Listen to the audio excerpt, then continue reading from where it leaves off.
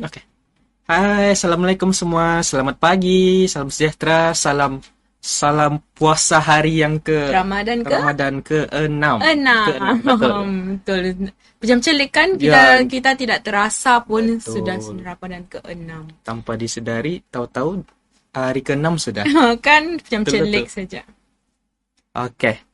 So, hari ini kita akan buat podcast tentang Sembang Sihat Ramadan. Ya, podcast Sembang Sihat Ramadan episode yang pertama yaitu tentang iftar buffet versus masak sendiri. Mana lagi selamat? Cuba kamu komen, kamu ni tim masak sendiri kah yang selalu pergi bazar ataupun yang pergi buffet hotel? Ya, betul. Coba kamu boleh dengarkah kami punya suara ataupun dengan jelas? Okay. Boleh dengar? Sila tap komen. Oke, yang baru masuk boleh bantu like, share dan komen lah untuk kita naikkan lagi kita punya view. Okay. Alright. Okay, Salman, saya perkenalkan diri dulu lah kan, sebab mesti orang tidak kenal kan kita siapa. Ya. Yeah. Okay, saya Muhammad Salman bin Sabtu. Daripada personal my step daripada BKKM bagian kualiti dan keselamatan makanan.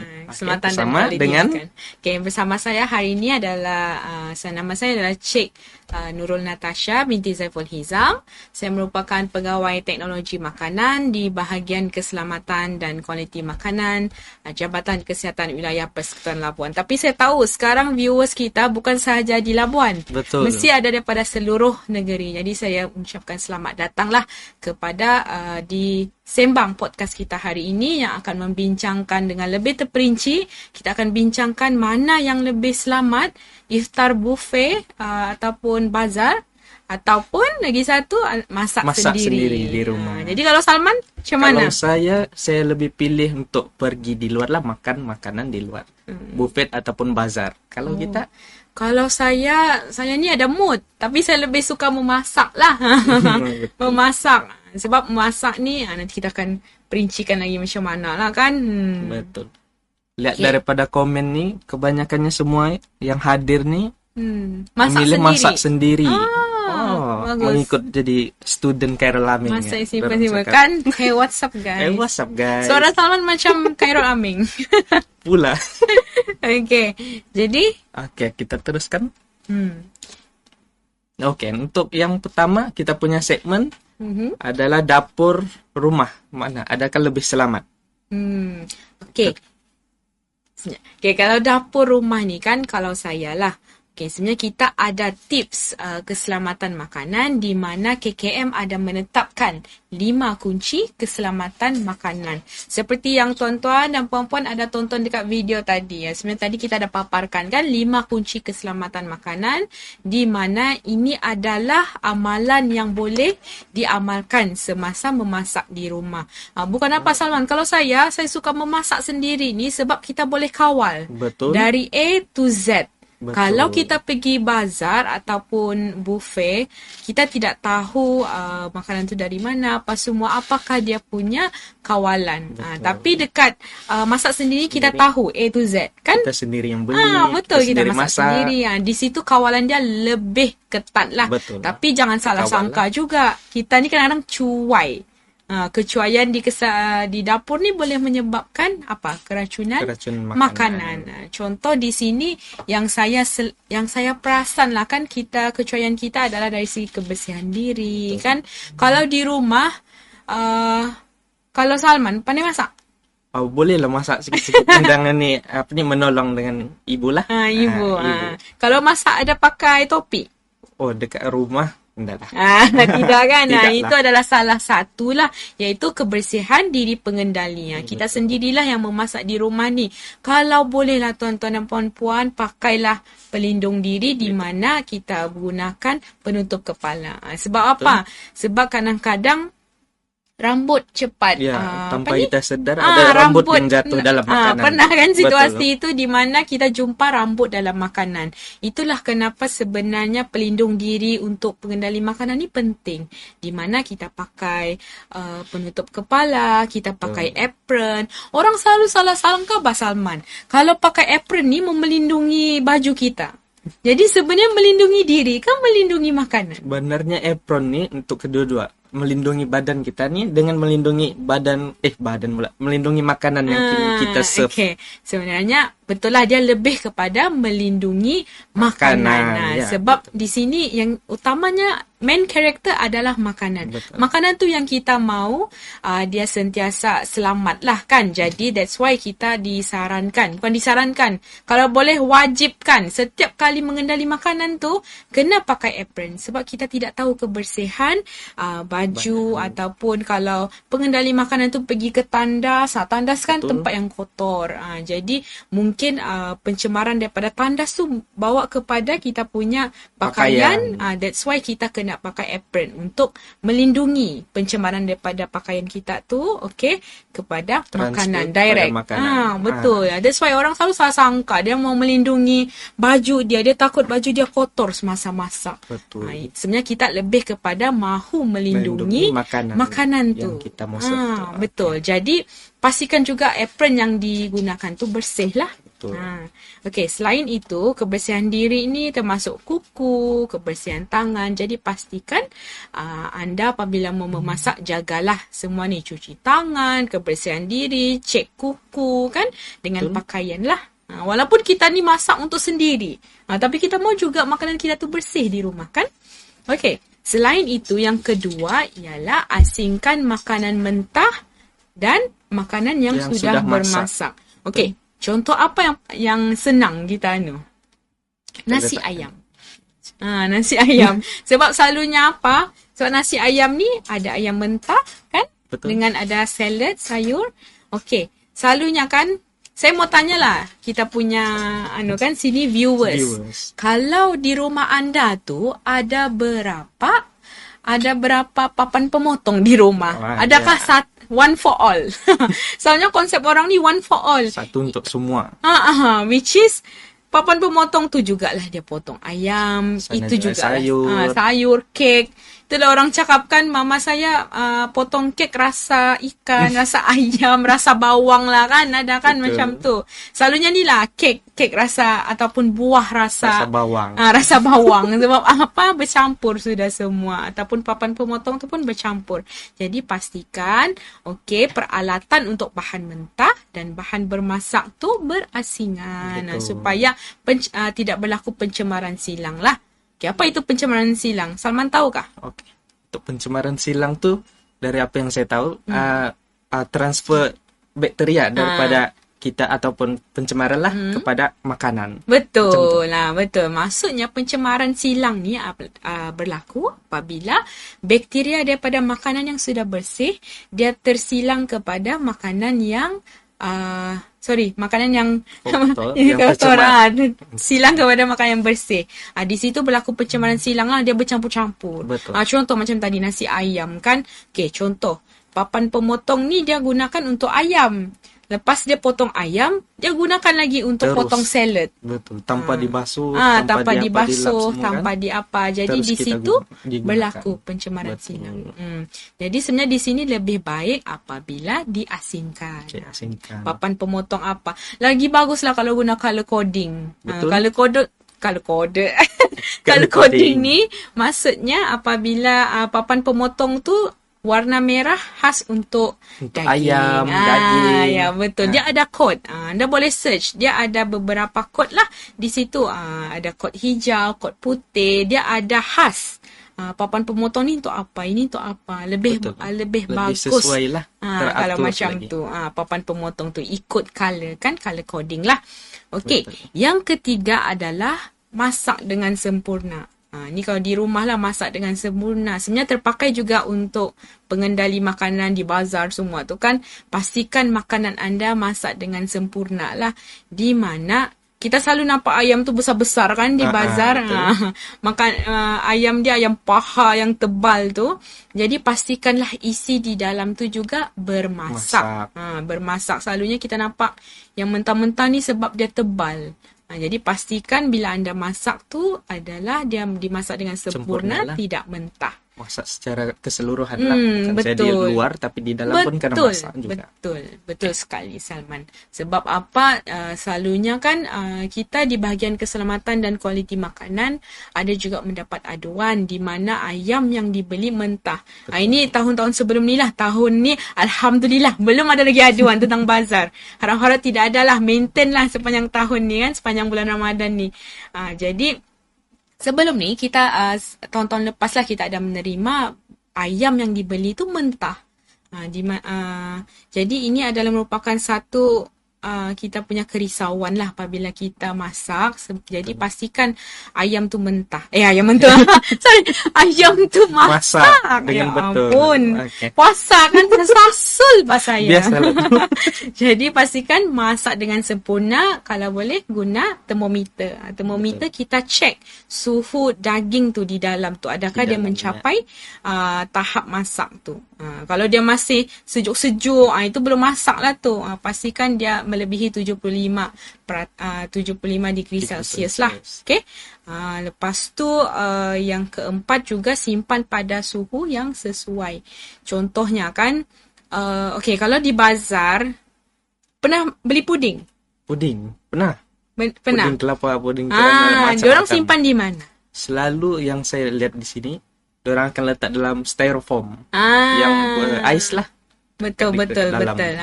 Jadi itulah antara amalan yang baik di mana puding ni adalah makanan dessert untuk sejuk kan. Jadi kekalkan suhu dia dalam keadaan sejuk. Okey, contoh lagi apa lagi kalau yang semua ni lah maksudnya di sini kalau makanan tu makanan yang sepatutnya sejuk dia berada dalam keadaan sejuk. Kalau makanan tu sepatutnya panas, dia kena panas lah.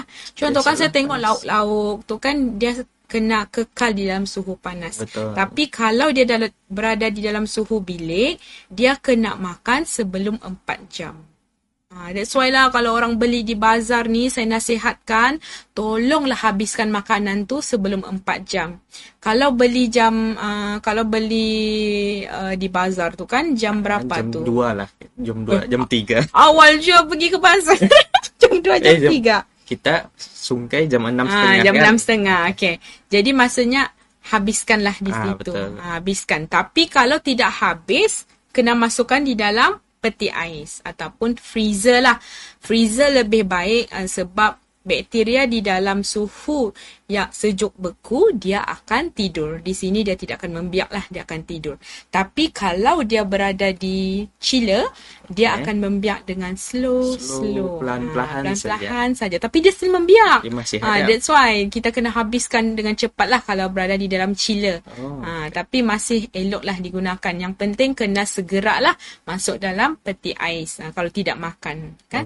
Daripada selalunya sebab kebiasaan kita ni simpan di jadi tipsnya mungkin boleh membeli tu jangan berlebihan. Betul, berjimat cermat kan lagi baik. Banyak pembaziran, betul. Tapi kalau niat tu mau support kita punya peniaga bazar, dia pajak semua itu boleh juga, tapi pastikan makanan tu maintain lah dalam keadaan selamat. Kalau tidak makan ataupun kalau mau makan kemudian, simpan di dalam peti ais dengan segera ataupun bolehlah freeze kan.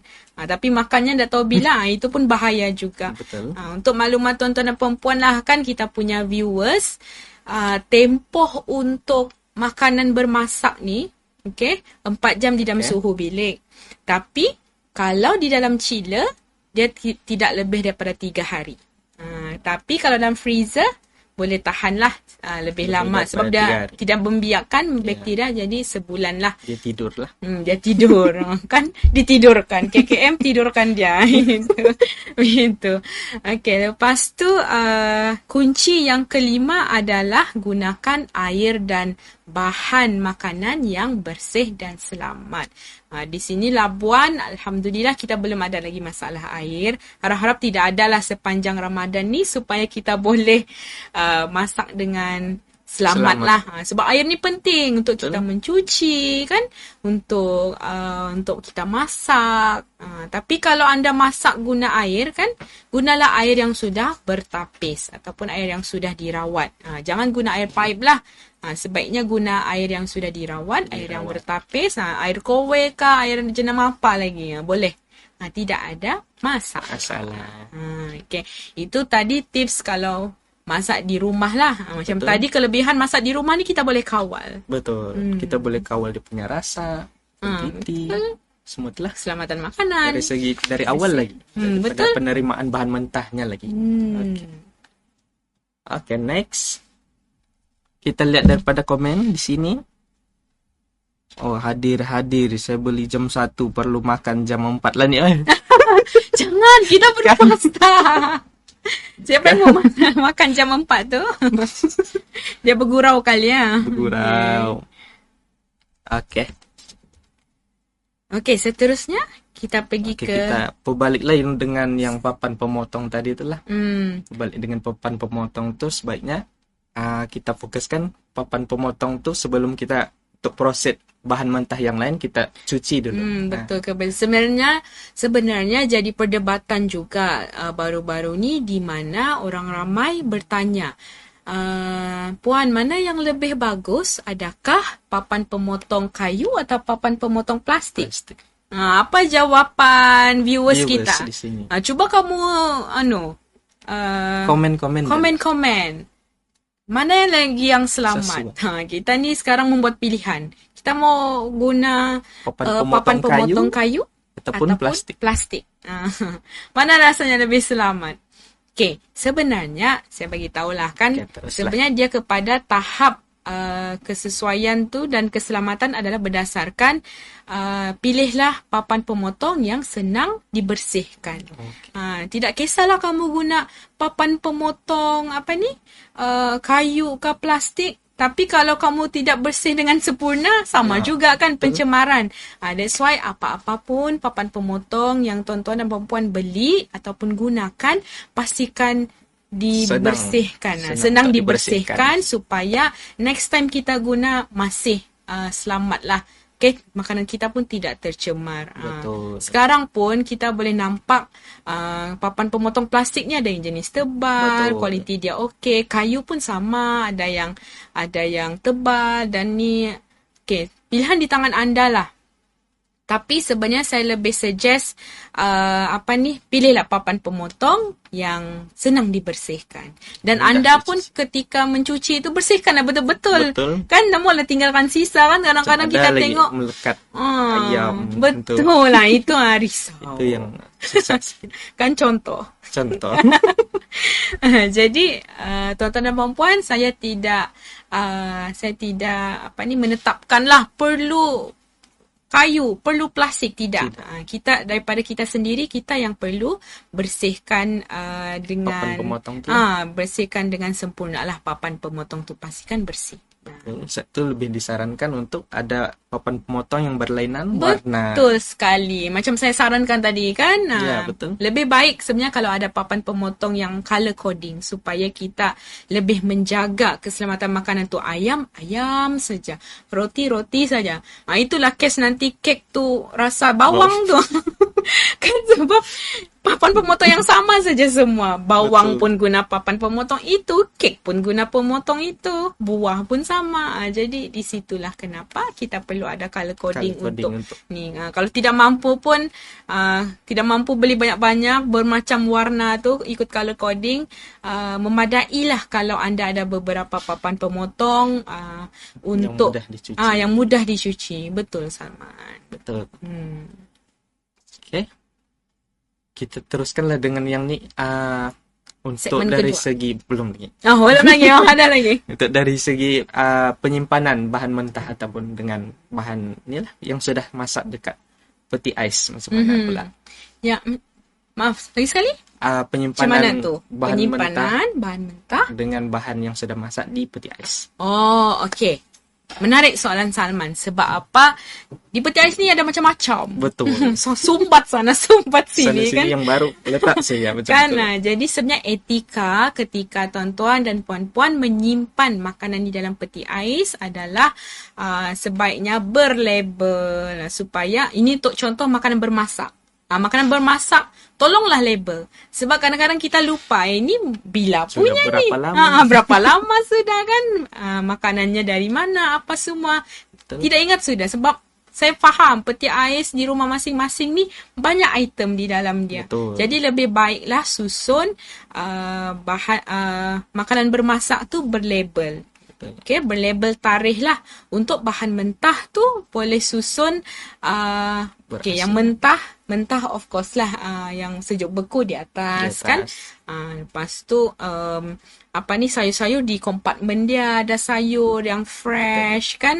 Betul. Lebih baik dia ada pembahagian lah di situ. Dan khas untuk makanan bermasak, lebihan-lebihan tu boleh masukkan di dalam bekas, kemudian dilabelkan.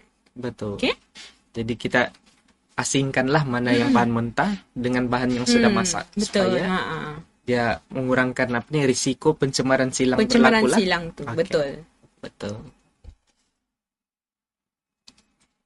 Oke, seterusnya kita tengok untuk segmen kedua. Boleh? Boleh. Oke, segmen kedua kita iaitu ilusi keselamatan di bazar dan buffet. Ini dia lebih fokus pada makanan di luar. Macam tu. Hot topic untuk orang yang suka pergi ke bazar macam Salman. Ya. Okey. Jadi? Macam dekat Labuan saja kita ada 7 bazar. Silap ada kita di Ujana, di Dataran, dekat Layangan sana. Betul. Ada banyak lagi lah. Durian Tunjung, banyak. Durian Tunjung, Matrix, ada 7. Dah silap. Betul tak? Okay, ada 7 di sana. So, ada beberapa lah aspek keselamatan yang perlu kita lihati sebagai pengguna ataupun sebagai pembeli lah. Untuk kita lihat apa yang kita perlukan untuk membeli makanan tersebut. Okey. Terima kasih atas soalan tersebut. Okey, kalau masak di dapur, saya bagi 5 kunci keselamatan makanan. Untuk yang di bazar ataupun buffet, saya mahu anda, tuan-tuan dan puan-puan, amalkan budaya perhati dan pilih. Kita perhati, baru kita pilih. Maksudnya di sini saya rasa jadi normalisasi lah kan, di mana kita pergi bazar, anda sekejap tu, memang 2-3 round tawaf. Tawaf lah. Betul lah. Itu bagus. Amalan tu bagus jugalah. Sebab di mana dia survey dulu. Dia perhati. Tapi orang kita ni dia survey bukan apa. Dia tak tahu mau makan apa. Jadi dia survey lah 5 kali kan. Bazar Ramadan tu pusing-pusing. Amalan tu betul, amalan tu boleh, tapi saya mau ajak anda, tuan-tuan dan puan-puan, untuk perhatikan dari aspek keselamatan makanan dan kebersihan. Untuk makluman tuan-tuan dan puan-puan, boleh rujuk Facebook Bahagian Keselamatan dan Kualiti Makanan Jabatan Kesihatan Wilayah Persekutuan Labuan. Kita di Facebook kita ada buat promosi di mana di Bazar Ramadan ni ada amalan baik di mana makanan dia bertutup. Nah, ada seorang makcik itulah di dataran Labuan. Kalau orang Labuan perasan lah kan, ada beberapa lah gerai yang menutup makanan, ada juga beberapa gerai yang tidak menutup makanan, terdedah. Jadi di situ apabila anda perhatikan bazar Ramadan ni, pilihlah makanan yang bertutup sempurna. Sebab apa? Kalau terdedah, dia terdedah dengan apa? Terdedah dengan persekitaran, persekitaran, habuk, debu, lalat. Even pengunjung yang lalu lalang tu pun kita tidak tahu pemakaian, kebersihan mereka macam mana. Kita tidak mahu kotoran yang ada, bukanlah saya mau cakap pengunjung ni kotor lah. Tidak. Maksud saya di situ sebab kita mau menjaga keselamatan makanan-makanan jualan tu. Jadi dia kena bersih daripada pencemaran luar lah. Dia boleh jadi apa-apa sebenarnya. Debu macam tadi Salman cakap, rambut pengunjung, lalat dan sebagainya lah. Banyak lagi dia punya risiko apabila makanan ni terdedah. Jadi lebih baik anda perhati dan pilihlah makanan yang bertutup sempurna. Saya tengok sekarang ni pun pengunjung ataupun orang awam sudah cakna mengenai makanan yang terdedah ni. Memang diorang sedar bahawa makanan yang terdedah ni adalah makanan yang tidak hygiene, tidak bersih untuk dimakan kan, sebab dia terdedah, kurang selamat lah.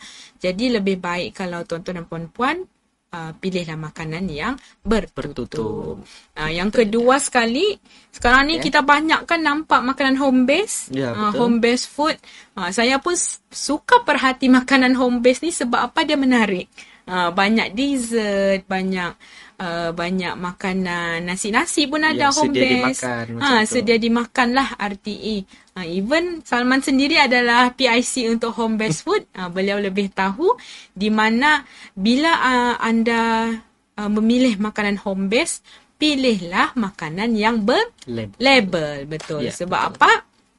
Makanan yang berlabel ni, tuan-tuan dan puan-puan, kita nampak nama bahan, ramuan-ramuan, lepas tu tarikh yang dibuat, bila, lepas tu lagi dengan siapa dia punya pengusaha yang membuat makanan tu.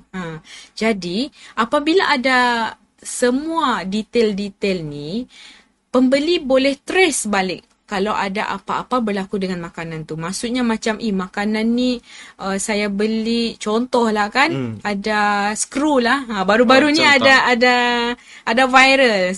Seorang, bukan di Labuan lah, ada seorang pengunjung beli, pulut panggang. Pulut panggang tapi ada skru. Dalam pulut panggang.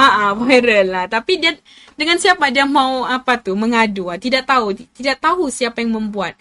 That's why, lebih baik kalau tuan-tuan dan puan-puan perhati dan pilihlah makanan home base yang berlabel lah, supaya kita dapat trace balik siapa pembuat, sekian-sekian ni, apa ramuan dan sebagainya.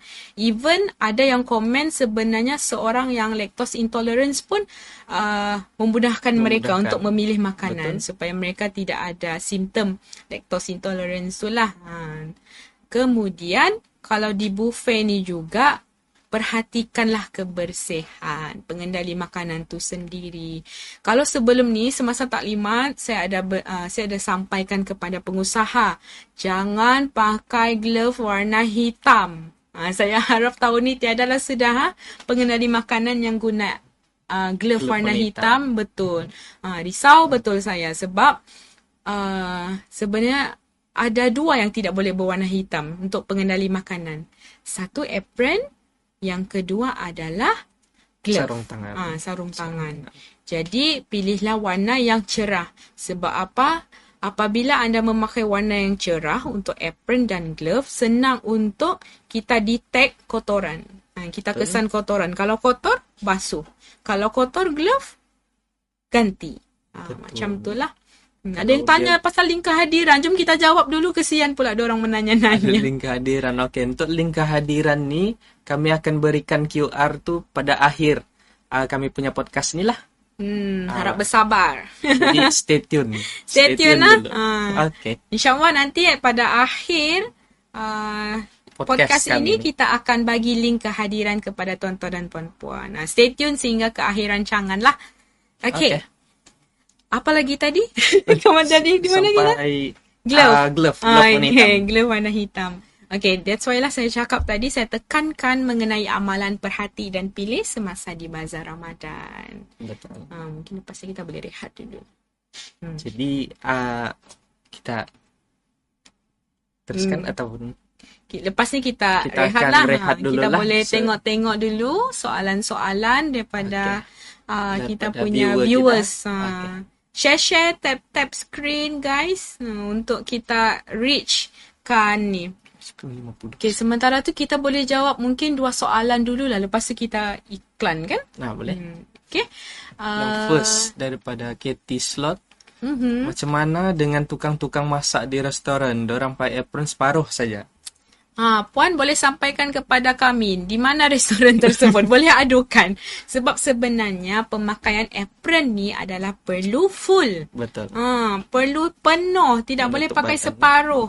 Sebab jika pakai separuh, di sini saja dia melindungi makanan tu. Tapi ada risiko di atas. Badan. Kan? Jadi sebenarnya pemakaian apron ni adalah perlu full. Menutupi keseluruhan badan dan perlu berwarna cerah. Jika ada mana-manalah kan terjumpa apron berwarna hitam, boleh tegur ataupun boleh salurkan aduan kepada bahagian keselamatan dan kualiti makanan lah di pejabat kesihatan yang terdekat. Okay. Untuk next question daripada Ning Siti Raihana, bila masa yang sepatutnya papan pemotong harus digantikan? Bila masa yang sepatutnya papan pemotong digantikan. Kira yang baru. Okay, ini sebenarnya bergantung. Kita tidak menetapkan bila ke berapa lama.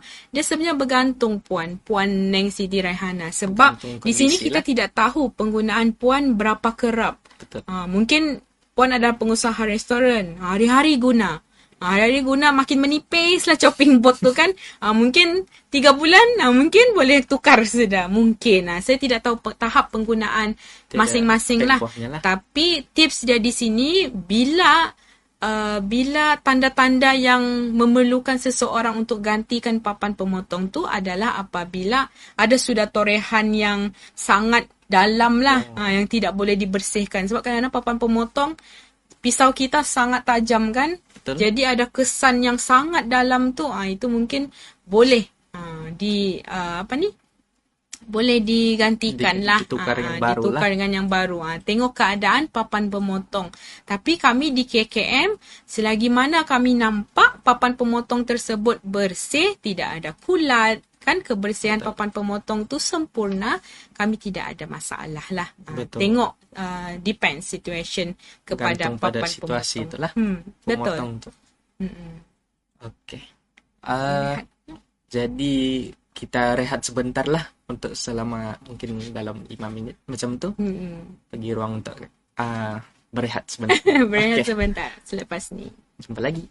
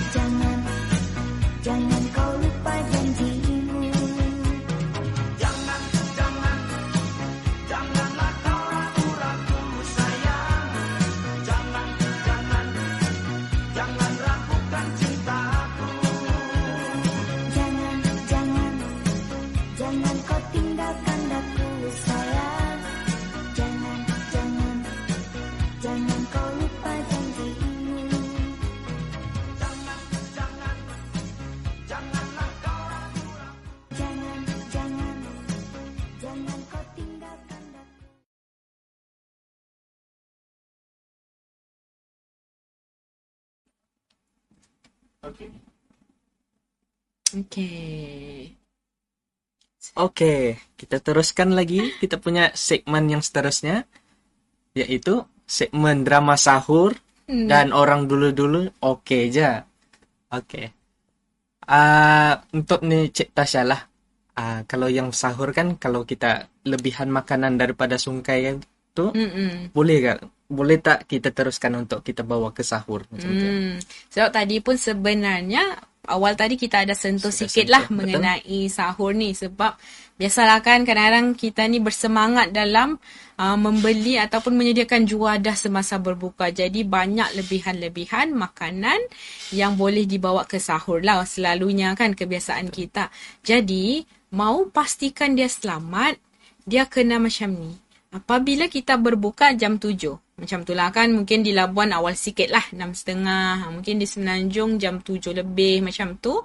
Lepas tu kalau ada lebihan, masukkan di dalam peti ais.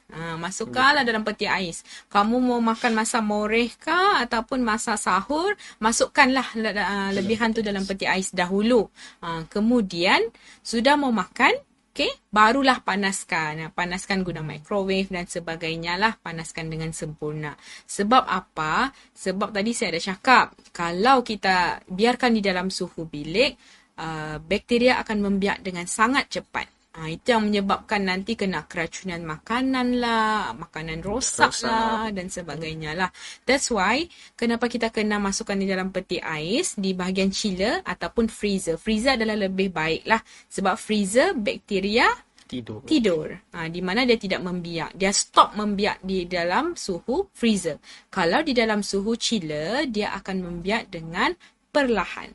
Perlahan ni maksudnya dia masih membiak tapi dia tidak selaju yang semasa dia di suhu bilik lah. Jadi lebih bagus kalau ada penyimpanan tu. Penyimpanan di chiller ataupun freezer. Itu untuk sahur lah. Tapi lebih amalan yang terbaik adalah masak fresh lah. Itu amalan terbaik. Terus habiskan. Itu lebih jadi baik. Berjimat semasa membeli ataupun memasak tu. Ngam-ngam je portion untuk sahur. Ataupun ngam-ngam je untuk berbuka. Supaya tidak ada lebihan. Lebih bagus. Sebab kita makan fresh. Okey. Lagi satu, kalau dari segi pemanasan. Pemanasan makanan tu, berapa kali yang sepatutnya kita panaskan? Okey, sebenarnya bagus soalan Cik Salman. Sebab apa? Untuk makanan ni selalunya dia banyak lebihan. Jadi banyak kali juga dia panaskan. Sebenarnya itu adalah amalan yang salah. Di sini kalau makanan sudah bermasak, kita masuk dalam peti ais. Disarankan 1 kali saja panaskan. Jangan banyak kali. 1 kali panaskan, lepas tu habiskan. Kalau tidak dapat habiskan tu, apa boleh buat kan?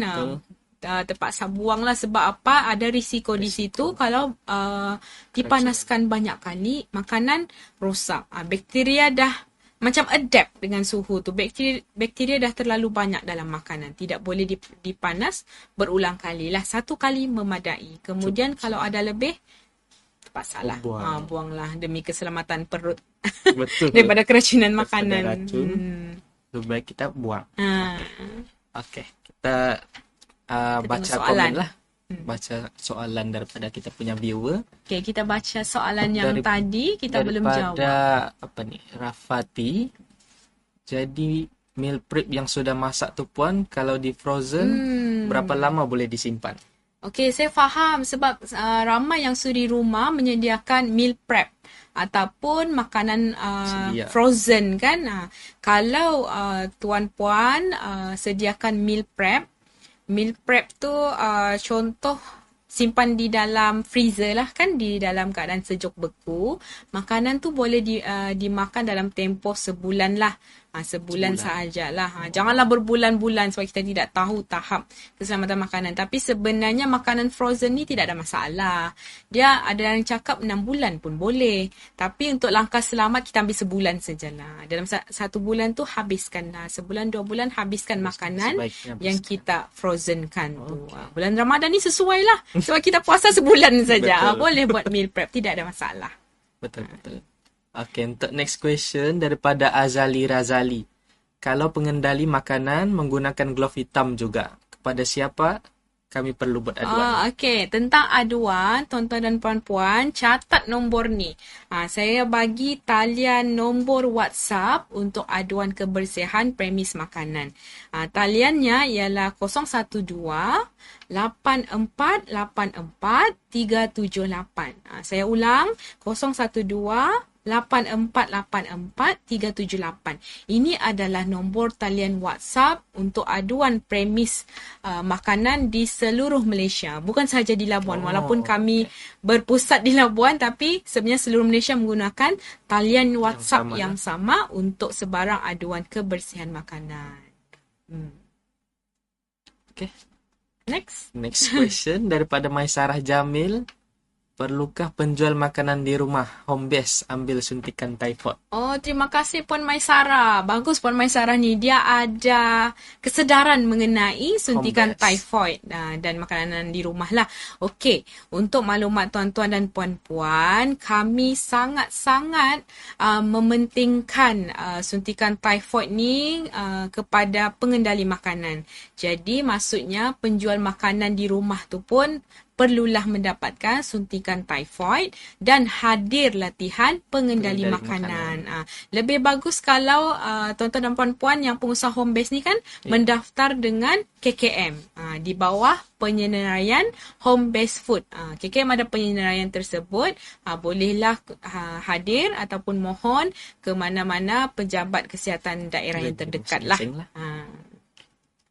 Okay. Seterusnya daripada Mary Chong. Nak tanya satu soalan tentang penyimpanan telur. Adakah telur perlu dicuci atau dilap sebelum meletakkannya ke dalam peti sejuk? Terima kasih Puan Mary Chong. Puan Mary Chong ni pun salah seorang yang aktif dalam Facebook kita.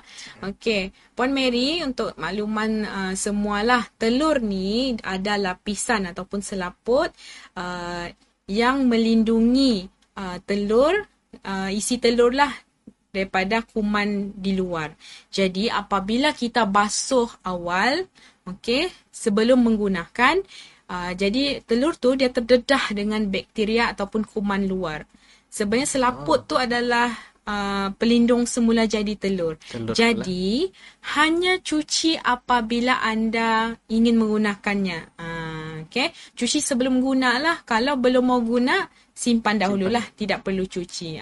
Sekadar cukup memadai kalau bersih-bersihkan sahaja najis di sekeliling kalau ada. Soalnya telur ni kadang-kadang ada najis yang najis di permukaan ataupun kotoran yang melekat di dalam telur. Memadai puan brush sikit sahajalah, tapi tidak perlu basuh. Sebab nanti dia punya pelindung semula jadi tu hilang. Nanti telur pula cepat rosak. Next daripada Ina Epis. Adakah boleh jika penjual memakai face mask waktu menjual makanan? Okey, boleh puan, tidak ada masalah. Malah penjual makanan tu mendapat pujian daripada saya kalau pakai face mask. Sebab apa? Sebab kadang-kadang kita bercakap kan, ada air liur. Ada air liur yang boleh terkeluar daripada mulut, takut nanti masuk dalam makanan pula. Jadi adalah terbaik jika pengendali makanan tu mampu untuk pakai face mask ataupun mouth shield pun boleh. Selalu sekarang kan? Betul lah, mouth shield yang selalu orang pakai transparent tu, kedai sushi selalu ada, saya perasan. Itu pun adalah amalan yang terbaik untuk pengendali makanan. Seterusnya daripada Idris, topi wajib sewaktu pengendalian makanan? Okey, Encik Idris, betul. Topi ataupun pelindung kepala adalah wajib dipakai semasa mengendalikan makanan. Sebab apa? Sebab tadi saya ada mention, jika kita tidak memakai pelindung diri kepala, kan antara topi ke hairnet dan sebagainya lah yang melindungi kepala kita, sebenarnya pencemaran daripada kita punya kepala sendiri boleh risiko kepada makanan seperti rambut dan sebagainya lah. Tahap kesihatan kulit kepala orang pun kita tidak tahu. Faham kan maksud saya? Mungkin ada orang tu ada masalah kulit kepala, kelim umur dan sebagainya. That's why kita wajibkan pengenali makanan untuk memakailah pelindung diri, topi lah yang paling senang, ataupun hairnet untuk melindungi makanan yang mereka jual. Betul. Kita pun tidak mau makanan yang kita hidangi itu ada ada rambut kita kan? Pula ada signature pula rambut di situ, tak maulah kan. Walaupun kita masak, orang tahu tidak perlu bagi rambut dalam makanan. Jangan letak ganis rambut dekat DNA pula dalam situ. Itu adalah salah satu pencemaran lah apabila rambut tu masuk dalam makanan. Okey. Seterusnya daripada Ashikin Cik Ahmad. Telur kalau simpan dalam bakul berlubang, perlu ke basuh dulu? Telur kalau simpan dalam bakul berlubang. Okey. Puan Ashikin. Okey, Puan Ashikin, sama juga macam saya cakap tadilah pasal telur. Sebenarnya sama. Kalau telur ni masa mau pakai saja, masa mau guna saja baru kita basuh. Kalau belum mau guna, simpan dahulu. Jangan basuh dahulu. Itu saja. Sama konsep lah dengan yang tadi.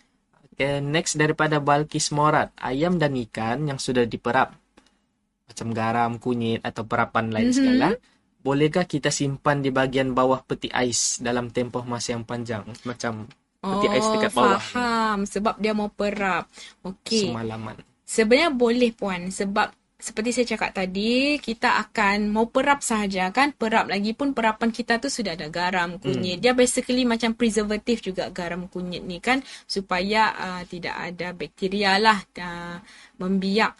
Tapi pastikan dia memang semalaman lah. Tidak mau 2 malaman, 3 malaman. Nanti tu tidak boleh. Sebab di situ kita khawatiri bakteria membiak banyak sudah dekat ayam tu. Sebab seperti saya cakap tadi dalam chiller, bakteria ni masih boleh membiak tapi betul, dengan kadar yang slow. Jadi memadai semalaman saja kita perap. Lepas tu terus masak. Tidak boleh habiskanlah yang diperap. Betul. Kan? Jadi bolehlah. Boleh diperap. Seterusnya daripada Surya Saleh. Mana lebih sihat dari segi nutrisi? Iftar buffet atau masak sendiri? Okey, mana lebih sihat? Okey, saya pegawai teknologi makanan. Kalau nutrisi ni general, kalau Puan Surya mau lebih sihat, sebenarnya masak sendirilah. Sebab kita boleh kawal, kita boleh pilih bahan, kita boleh pilih sayur-sayuran lebih. Sebab kalau kita beli dekat iftar buffet ni, diorang ada menyediakan, tapi portion tu kita tidak tahu sebanyak mana nutrisi tu. Contoh sayur dia mungkin sikit. Kita kena masak, kita kena makan banyak. Jadi kalau masak sendiri kita boleh kawal. Semua tu. Garam pun kita boleh kawal. Kawal sendirilah. Seperti yang iftar buffet, dia ada standard resepi masing-masing. Kan? Betul. Sama dengan yang masak sendiri, kita pun boleh kawal kita punya resepi sendiri. Betul. Okay, mungkin soalan terakhir lah kan, sebab ramai sudah mau linkkan diri. Okay, soalan terakhir lah. Untuk daripada Siti Aisyah Ibrahim tentang larangan penggunaan glove hitam ni, memang semua pengenali makanan telah tahu. Tentang larangan penggunaan glove hitam. Okey, Puan Siti Aisyah, terima kasih kerana bertanya. Sebenarnya KKM termasuk kami sendirilah di bahagian keselamatan dan kualiti makanan, Jabatan Kesihatan Wilayah Persekutuan Labuan sudah maklumkan kepada pengusaha. Setiap kali kami terjumpa ataupun tidak terjumpa pun, kami akan mengingatkan pengendali makanan bahawa penggunaan glove hitam ni tidak digalakkan. Dia sama konsep macam apron. Apron berwarna hitam pun tidak boleh. Dia kena berwarna cerah. Apakah signifikan warna ni? Sebab apabila apron atau glove berwarna cerah, dia lebih senang untuk kita nampak kotoran. Jadi nampak apron kotor, kita basuh. Betul. Nampak glove yang warna cerah tu kotor, kita boleh gantikan dengan baru. So that's why di sini kenapa KKM menggesa pengusaha makanan untuk pilih warna cerah, supaya kebersihan tu lebih senang dikawal ataupun dipantau. Betul. Kadang ada yang warna hitam tu susah mau di-take, biarkan lagi kan. Tidak dicuci, macam itulah segala. Betul. Okey, jadi kita berada di hujung segmen kita. Tapi sebelum kita berakhir, sebenarnya saya mau mewar-warkan promosi tentang aktiviti walkabout untuk warga Labuan khususnya. Warga Labuan, saya mengalu-alukan kehadiran tuan-tuan dan puan-puan warga Labuan untuk hadir kita punya aktiviti walkabout dan program agihan 1,000 pack bubur secara percuma di dataran apa ni? Bazar Dataran Labuan. Di situ nanti kita akan agihkan sampuraya, kita agihkan bubur kepada pengunjung. Jadi jemput hadir pada 26 Februari hari Khamis ini jam 4 petang di bazar, di tapak Bazar Dataran Labuan. 4 petang berhampiran dengan food truck. 2 hari lagi. 1,000 pack bubur sempena Ramadan. Ini adalah hasil kerjasama Rakan Best. Rakan Best ni adalah premis ataupun hotel yang telah mendapat pengiktirafan bersih dan selamat daripada KKM. Kalau di Labuan kita ada Tiara Hotel yang turut menyumbanglah bubur ni. Kemudian Lazenda Hotel, Palm Beach Resort and Spa dan Dorset Grand Labuan. Terima kasihlah. Ini adalah rakan best kita yang juga penyumbang kepada 1,000 pack bubur yang diagihkan kepada pengunjung pada hari Khamis ini. Jadi jangan lupa warga Labuan hadir, datang ramai-ramai. Bawa jiran sekampung pun boleh. Betul. Jadi datang ramai-ramai. Jadi kita sudah berada di penghujung lah. Penghujung kita punya podcast ni. Jadi ada apa-apa kata-kata terakhir daripada Cik Tasha? Okay, jadi conclusionnya untuk topik kita hari ni, kalau tadi kita ada pertanyaan kan, mana lebih bagus? Iftar buffet ataupun masak sendiri? Betul. Jadi kamu tahukah sudah apa dia punya jawapan? Kalau selepas podcast ni, apa pendapat Salman? Kalau saya, pendapat saya kedua-duanya baik, tapi lebih baik di sendirilah sebab kita boleh terkawal. Betul lah, tapi pastikan saja jangan berlaku kecuaian lah kan. Betul. Kecuaian semasa memasak mengenaikan makanan.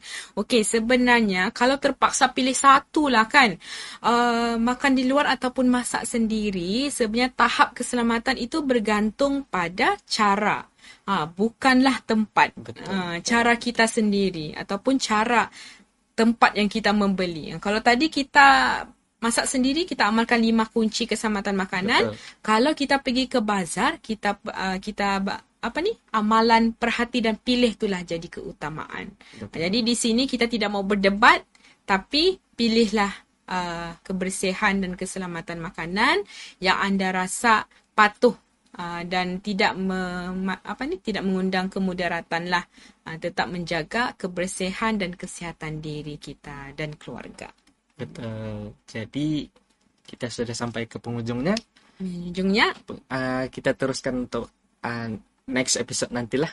Ya, so kita ada 6 episod. 6 episod lagi. 1 episode down, ada lagi 5 episod untuk podcast Sembang Sehat Ramadan. Terima kasih semua sebab hari ini. Jumpa lagi.